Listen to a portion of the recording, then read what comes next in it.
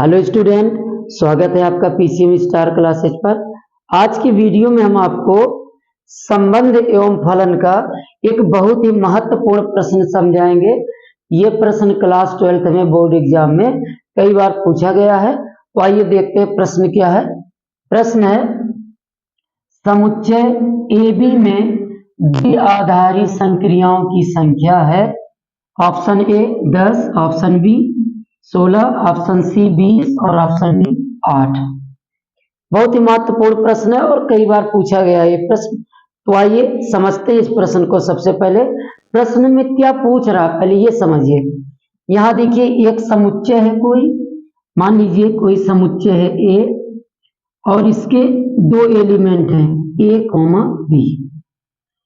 समुच्चय AB में द्विआधारी संक्रियाओं यानी द्विआधारी संबंधों की संख्या हमें ज्ञात करना है। कोई समुच्चय A है और उसके दो एलिमेंट है, तो इस समुच्चय के द्विआधारी कितने संबंध हो सकते हैं वो हमें ज्ञात करना है। द्विआधारी संक्रियाओं की संख्या यानी द्विआधारी संबंधों की संख्या ज्ञात करना है। ओके, तो देखिए अगर कोई समुच्चय है ए, अगर ए कोई समुच्चय है और इसमें कोई संबंध R, समुच्चय ए में कोई संबंध R, ये सबसेट होता है A क्रॉस A का। ध्यान रखिएगा इस चीज को। समुच्चय ए में कोई संबंध R A क्रॉस A का क्या होता है? उप समुच्चय होता है। यानी A subset A cross A। A cross A क्या है? A और A का कार्टेशियन प्रोडक्ट यानी कार्तीय गुणनफल है।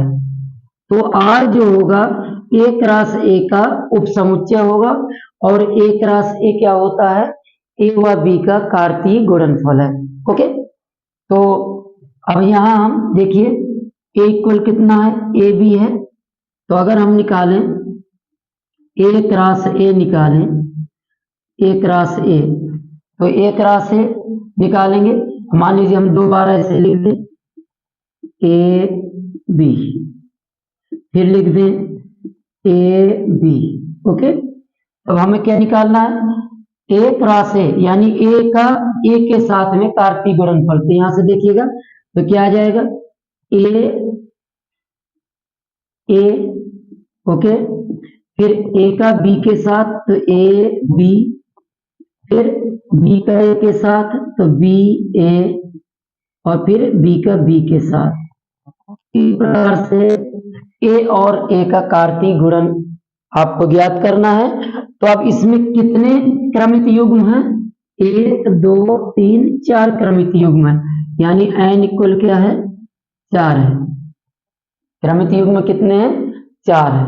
ओके, तो अब द्विआधारी संक्रियाओं की संख्या, द्विआधारी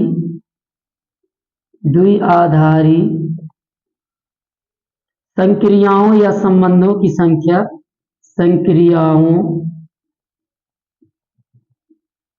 संक्रियाओं की संख्या